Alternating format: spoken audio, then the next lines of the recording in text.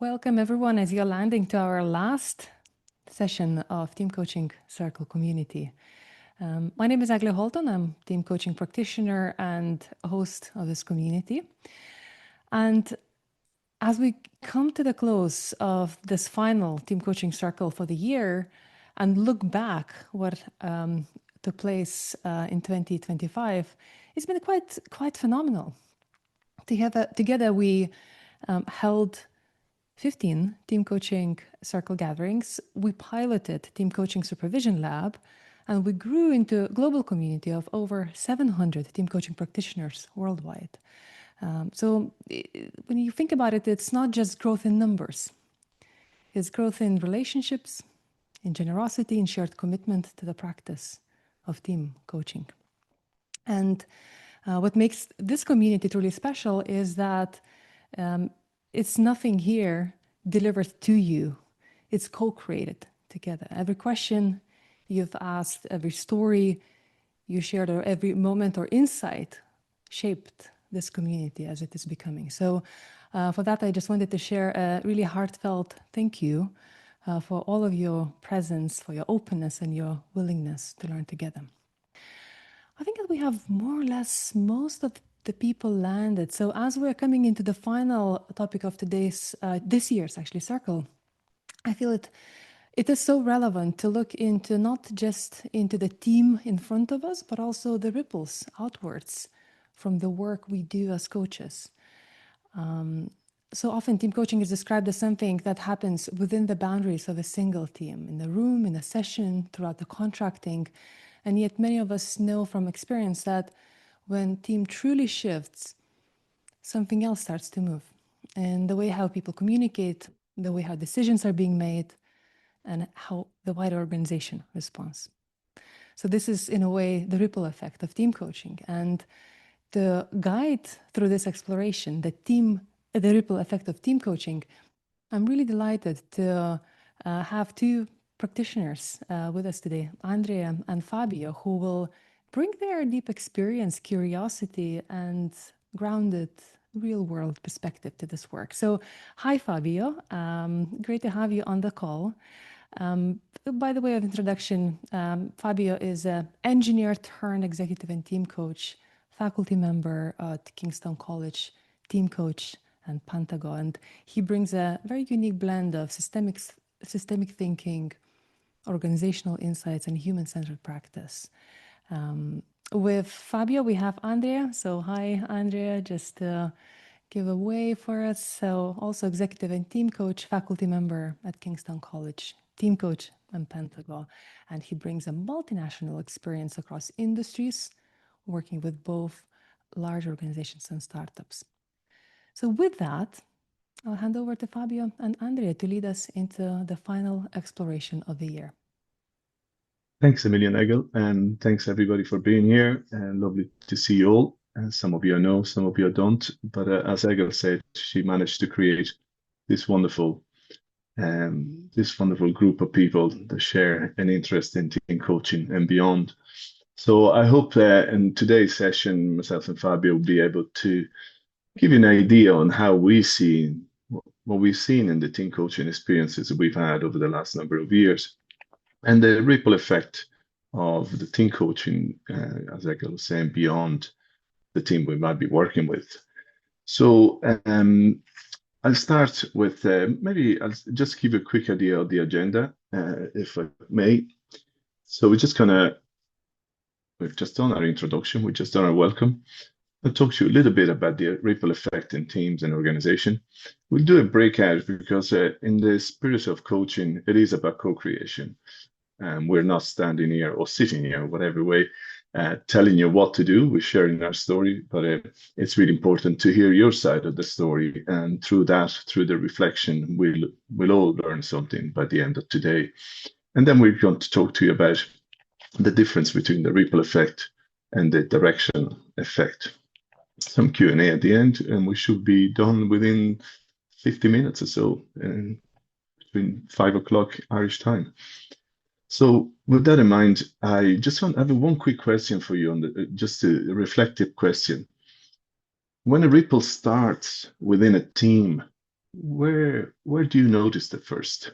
And this is just a question for you, just to maybe write on your journal. I'm sure you have a wonderful journal with you. So when that ripple starts, where do you notice it first? Okay. And the ripple effect, as we know, we throw a stone in a pond, and what happens next? So I'm going to hand it over to Fabio now to talk you through the ripple effect, and I'll come back in a few minutes. Thank you so much, and welcome everyone. Yeah, this how many times you spend a few minutes when it start to rain and see one drop, another drop, and then all the ripple effect they overlap, and then you see how can we imagine how we can change and organize, orchestrate to have the effect that we like to have, or maybe that someone else would like to have. So I'm going sorry, can I put a slide or do you want to go to the next slide, Agnes? Can I put this? Yeah, I can use it if you want. Okay, the same. The idea is you see everything at the same time, but there are different points here to think about. The first one is small action create large impacts. So sometimes we are not aware about one single person behavior can interact, change in a positive, negative way what happened in the team and beyond, as Andrea said. So how can we harmonize? How can we change if we work with a team and we can imagine to what we expect from there? And then there is an emotional contagion. So as we are human beings, we are animals, we interact with other people. So it's very important to think about how we can use enthusiasm, how we can use everything is positive from the team, within the team, for what happened after the team, beyond the team. Think about, for example, tools that maybe you are already using the one-to-one or maybe using team coaching, appreciative inquiry, solution focus, or the PERMA model, or the Lewin model, unfreeze, change, and freeze. So how we can use this emotional contagion or avalanche effect, if you want, to spread out the ripple effect in the way that we like to have it. And then there is the performance chain reaction. Performance chain reaction means members' productivity can have an effect not in a line, but in a different way. I would like to share with you two interesting books.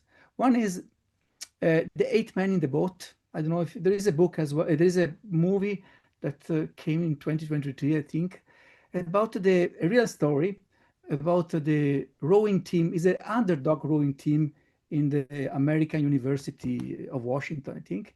And they see how you change the position of the rowers, you can change the effect. And then finally, I don't spoil anything, they won the Olympic in Berlin 1936 Olympic game in the 8 men in the boat in front of the mustache man that is what's the name? His name was Hitler. And then he was very upset because an underdog team won the Olympic. So the performance chain reaction is very important. But if you are Irish, another example of how the performance chain reaction can affect is Shackleton. Do you remember Ernest Shackleton? Do you know this guy? He was very famous because he didn't achieve the goal that he wanted him to. It was to go across the Antarctica, but he was able to save all the team. He was with him, 30 plus people, thanks to the fact he was really able to use a very strong effect in teams. And then the cultural amplification. So how important it is to understand the cultural change differences, but not as a difference, but as something that can be strong and they can embrace and offer to be part of instead to feel different. This is very important when we talk about social identity theory, about Teifer and Turner. Last but not least is the leadership amplification. Everyone knows about the importance of lead by example. And what is the difference between manager and leader? Everyone knows, but sometimes we don't know about that. There is one important thing to think about is that the leadership can be distributed. So not just the person in the top of the chain, in top of the team is the leader. And this is very important. You can go to the next slide if you want, Egle. This is how it works, the ripple effect. So we know that the ripple effect starts in the team, maybe start in the leader of the team. And then imagine if you have a small ball, you started to put the stone in the pond, and then at a certain point, the waves reach the edge, and maybe they overcome the border. And that is where the ripple effect starts. So we need to be aware that the ripple effect starts in the team. Maybe we want to have some results, some changes, some transformations, but this kind of transformation will affect the closer teams, the organization, and maybe the environment. When I see here the amplitude, I don't know if you are, we talk about later about physics, but the amplitude is how big is the height of the wave, so the power of the wave, of the wave. So think about what are the effects and how important they are. This is really physics, but it's real. We are made of physics. We are made of chemistry. So it's very important to us as well. And I want to give the possibility to Andrea to continue, but think about how important is starting from one small stone into the pond that is the team or someone in the team. Thanks, Fabio. And I think with the idea of the ripple effect, but just looking at that graphic, and we can go on to the next slide, but it's when we talk about ripple effect in team coaching, really sometimes we jump too quickly to what needs to change outside of the team. So we get focused on the performance, the delivery, perhaps the stakeholder satisfaction. We know so well how difficult it can be to contract in team coaching. But the ripple effect is always internal. The first ripple effect is always internal. And it happens inside the system. And it can only happen inside the system before it becomes obvious and observable from the outside. So the internal ripple, it might show up in a different quality of perhaps a listening and a shift in how people start to deal with disagreement, how they start to handle conflict. And in that moment where you might have seen, I'm sure all of you have seen the way the team starts to speak with one another as opposed to at each other. So these are often very, very small, very small shifts that are often very quiet. And by being quiet, sometimes we can miss them. And if we miss them, we might risk to go too fast, assuming that nothing has happened and trying to find a solution. But in fact, the important thing is something has already begun. That drop in the water has started. Something has happened. So what can we do as team coaches? Part of what we do is really learning to listen to what we call the inner echo. There is an echo chamber. There is something happening. There's a change in tone. There's a change in pacing. The language starts to change. The emotional climate. I'm sure you've been in a room with a team when everything seemed to change, and maybe the stakeholder walked in and noticed that change in that shift in emotional climate. So if we skip too quickly from the internal ripple and go too quickly towards the external outcomes, then sometimes that ripple effect can be weaker and feels forced and not quite aligned. So really to emphasize the importance, the initial ripple effect can be invisible, but its foundation is really, really quite important. So just have another quick question for you. What is the earliest internal shift that you might have learned to trust in your own team coaching practice as a sign that something is beginning to change? What is that you noticed? Maybe you want to throw it in the chat. That very early shift that you noticed, that you trust in yourself to know, okay, something is beginning to change here. So you might want to put it in the chat. We are going to do a breakout room in a second, and then we'll come back and reflect on some of the questions we have for you. Welcome back, everybody. So how'd you get on? Anything we should know? Any thoughts that we haven't put in our slides yet? Who would like to open maybe for a couple of sessions? Anybody? I'm happy to pick a volunteer, but I think you'd be better off picking yourself. Not all together at the same time, guys, because it's a little bit noisy.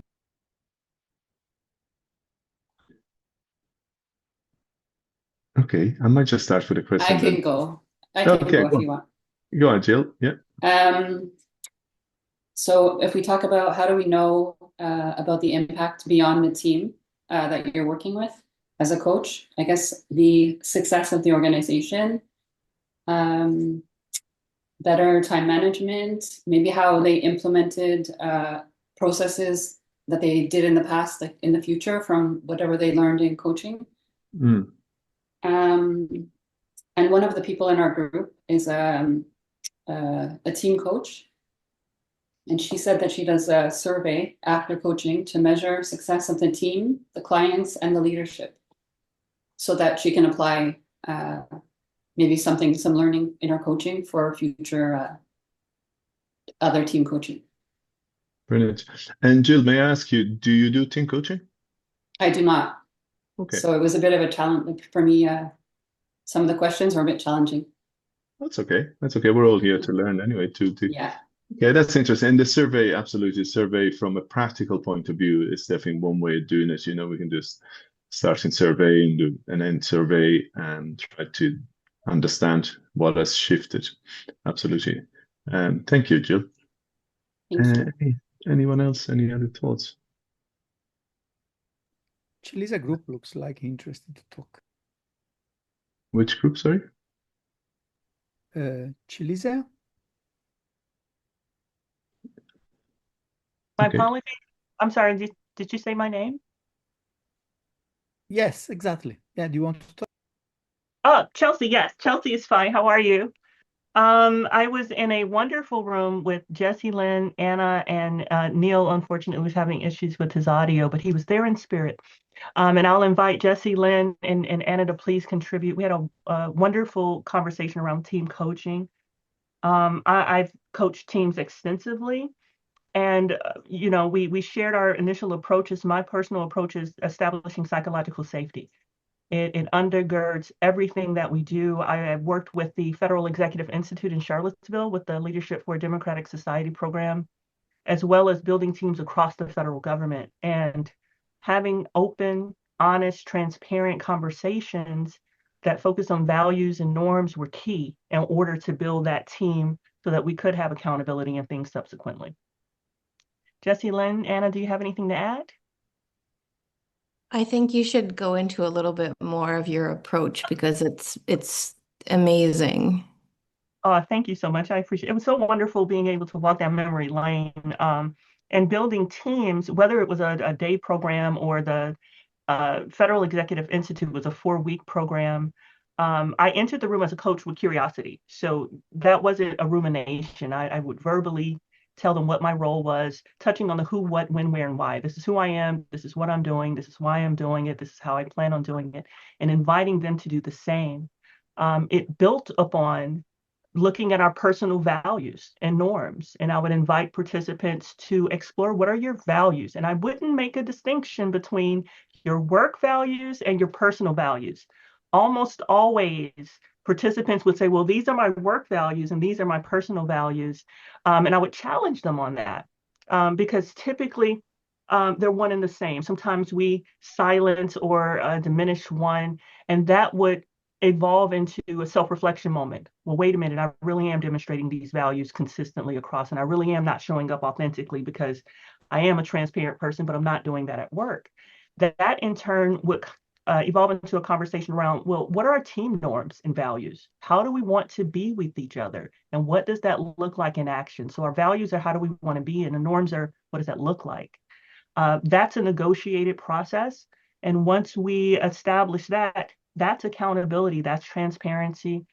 That's how we are going to operate over the next If we're together for a day, if we're together for 2 days, if we're together for 4 weeks, that sets a wonderful foundation because we don't have to guess what does accountability look like. Our norms, everyone gets a voice. So if someone's an extrovert and they're talking extensively, we have permission to interject because everyone has a voice. If we have an introvert who's reluctant to speak, we can invite them into conversation because we've had that conversation. So it really does help set the tone.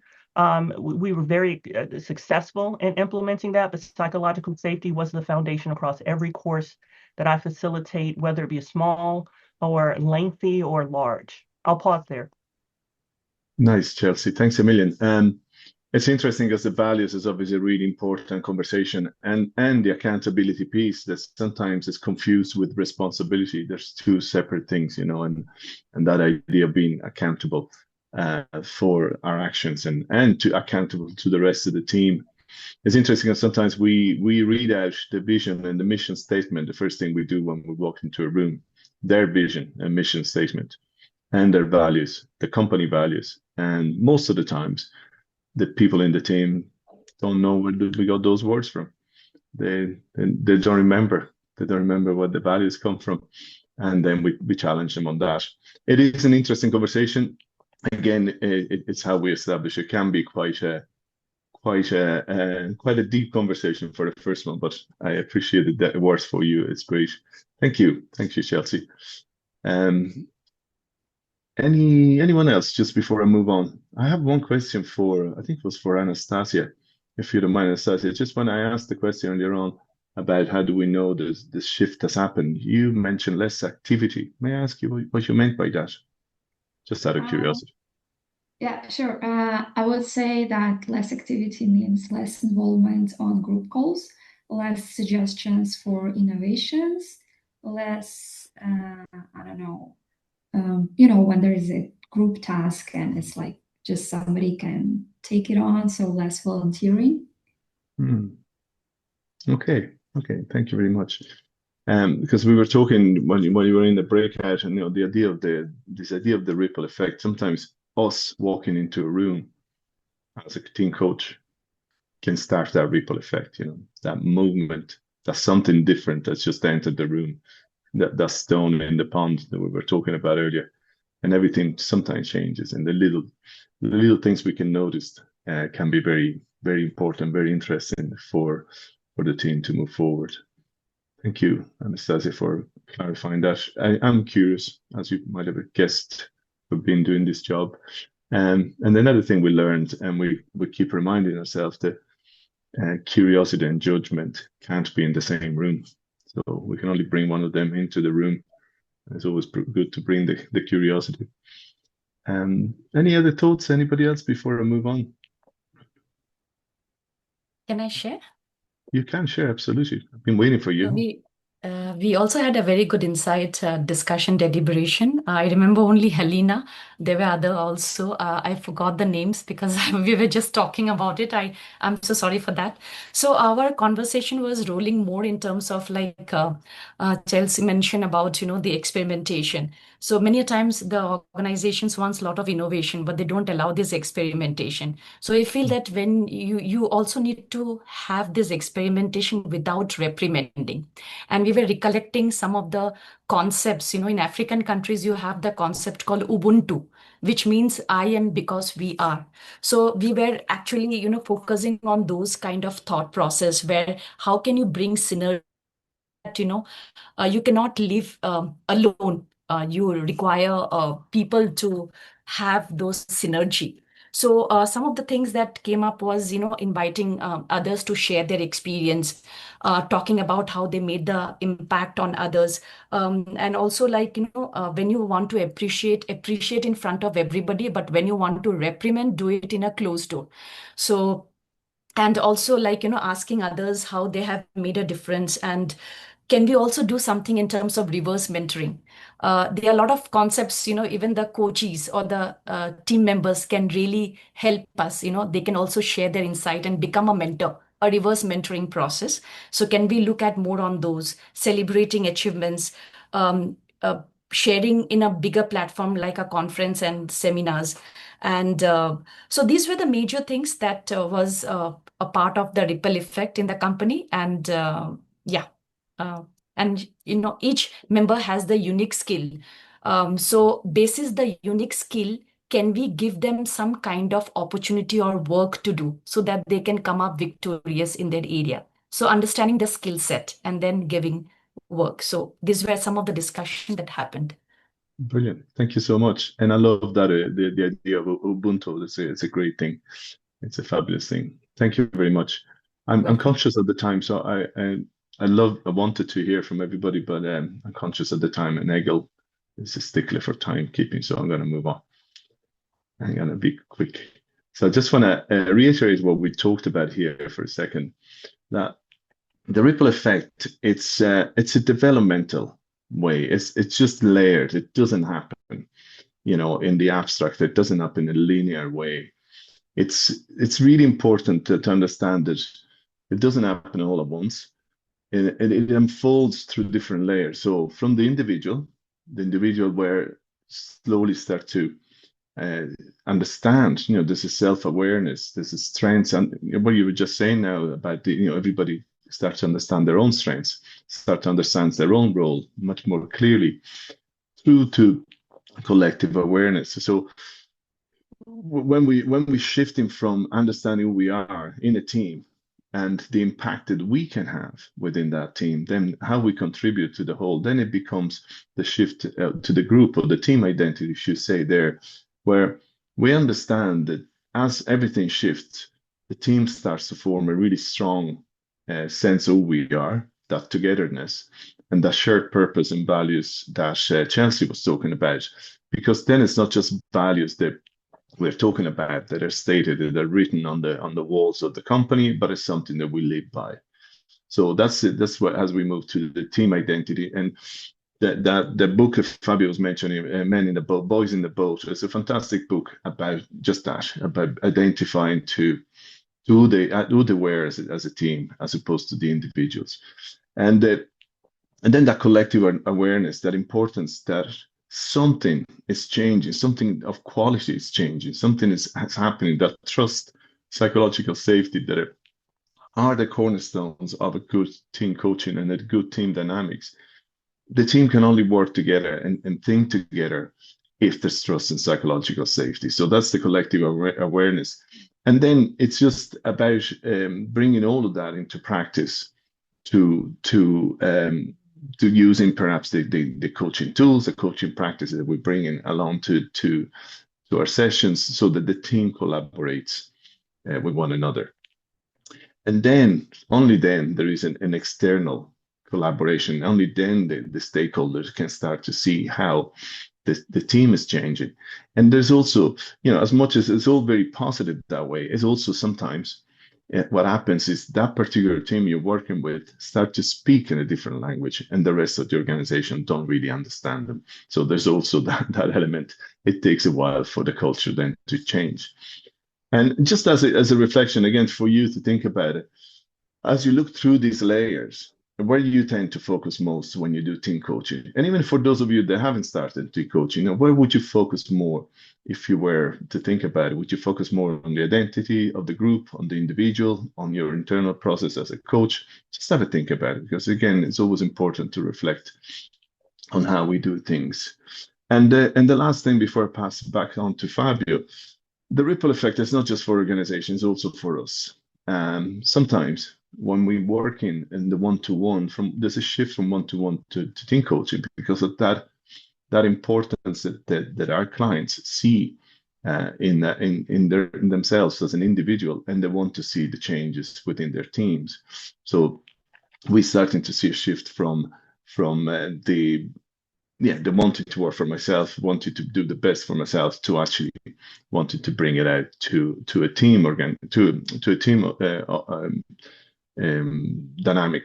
And that's what we've seen in the last while. And Jesseline is in this call. She's wonderful. She does some work with us, and we've seen that shift where we're working with individuals, and they find it so useful, so important in their personal, in their purpose, in in the way the relationships are changing within the team, that they want the team to be involved in a coaching practice. So the importance to move from one-to-one to team coaching, but just always remember that team coaching works not by pushing change outward, but to turn in what's already moving within the system and trusting that the ripple will travel. So there's no rush. That's why team coaching can take a bit of time, but that importance of really feeling it, understanding it, noticing the difference can be all the difference for the work we do with them and what they get out of it. So that ripple effect also works for us. If you're starting as a one-to-one coach,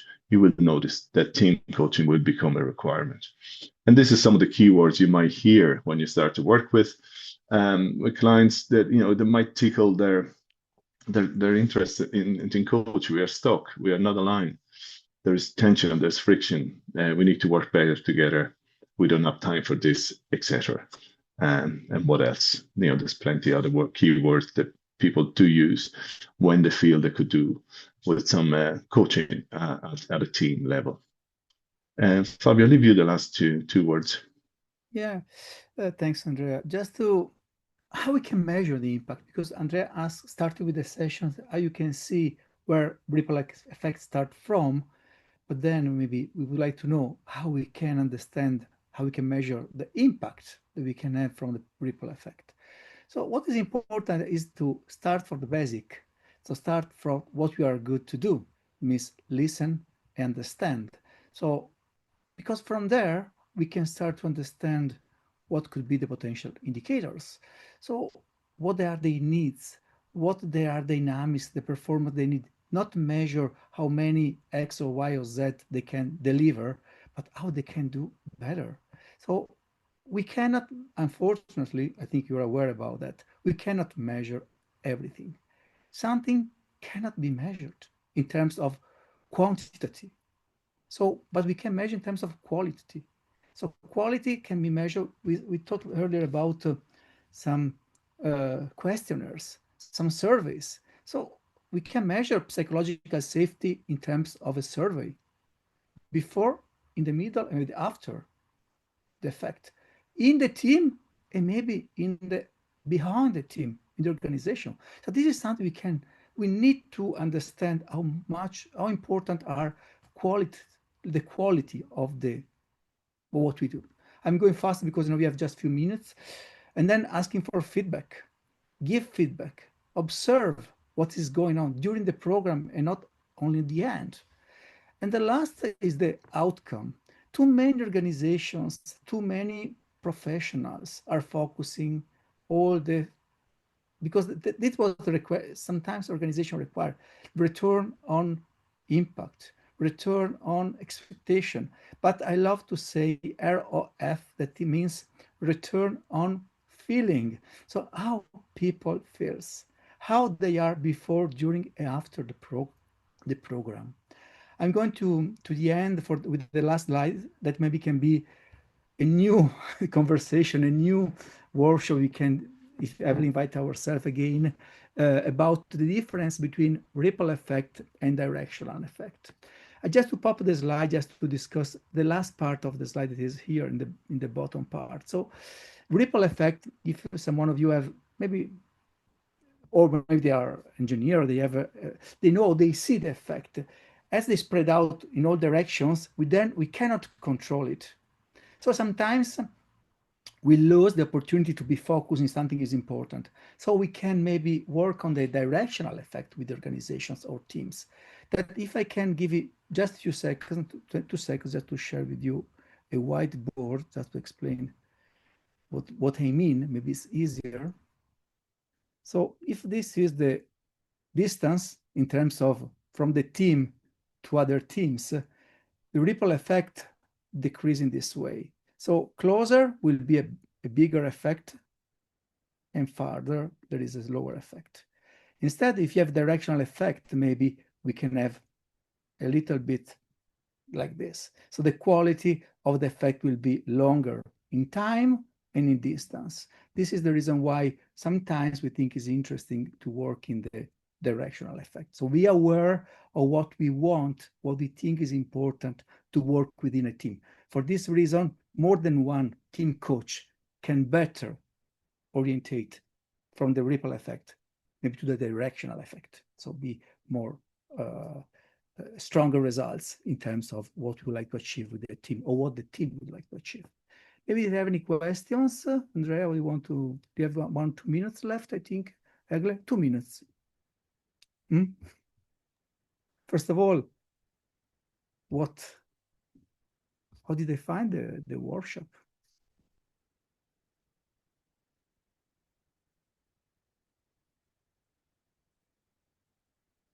Any? So yeah, I'm just gonna pop a question in the chat for those of you that haven't started team coaching, but that's for you to think about it. Don't have to answer, but just for those of you that haven't started to work with teams yet, but just something to let go of. Sometimes we need to let go of what we do in the one-to-one, be more effective in teams. But yeah, if there's no question, I'll give it back the microphone. Thank you, Masoud, and give it back to Egil. Yeah, thank you so much. I really love the way how you are bringing in the water as a metaphor to think about the team coaching. And water has so many different shapes and shades and ways of moving. So really rich metaphor to reflect on our practice. So Andrea, Fabio, thank you so much for depth, breadth, and generosity of insight and thought-provoking process, which you brought into conversation today. And for all of you who joined today, thank you for your presence, your insights, your observations. This is exactly what makes this community. Just a gentle reminder, if you have a moment to share your feedback about the team coaching circle as a whole of 2025, how you would like to shape the 2026. And Alessandro, I see your hand. I just wanted to note, I see your hand, but just in a moment of time, I wanted to kind of to use the last few minutes just to share what's coming ahead of us. And I would like to invite, if you want to continue the conversation with Andrea and Fabio, I'm sure that they would be really open to do that through maybe connecting on LinkedIn, having those virtual chats or live chats together. So in the last few minutes or so, I would like to share what is it that's coming next in Team Coaching Circle. Quick preview. We will open the 2026 with the Brigadier General Brendan McGuinness, who will share the Irish Defence Forces multi-year journey of embedding team coaching within the organization. So very much the continuation of the conversation today, how these ripple effects of coaching and team coaching can be seen and observed in the organizational setting at a large scale. Then later in the January, we'll be joined by Dr. Christelo. You might know him from Team Coaching Zone podcast. He's a creator and host of that podcast. Christelo will guide us through embodiment and nature-based approaches in team coaching practice and share his insights from Nautilus experience, which is ocean-based leadership and team coaching transformation program. So really interesting stories to be shared then. And in February, we'll regroup with Colin Fisher, who is a professor at University College London, jazz musician, and author of newly released book, Collective Edge. He will challenge us by suggesting that team coaching alone might not be enough to help teams to be truly effective. So this is what's coming next. I hope that it gives you a sense of curiosity and to stay connected with us in the next year. And I just wanted to thank you once again for being part of this wonderful community, of this journey. Wishing you a wonderful festive season ahead, and I'm really looking forward to continuing to engage with you all in the next year. So that brings us to the close. Thank you once again. If you want to claim your ICF CCE units, you can find in this QR code, and I will ping the form too. And thank you all for a great session.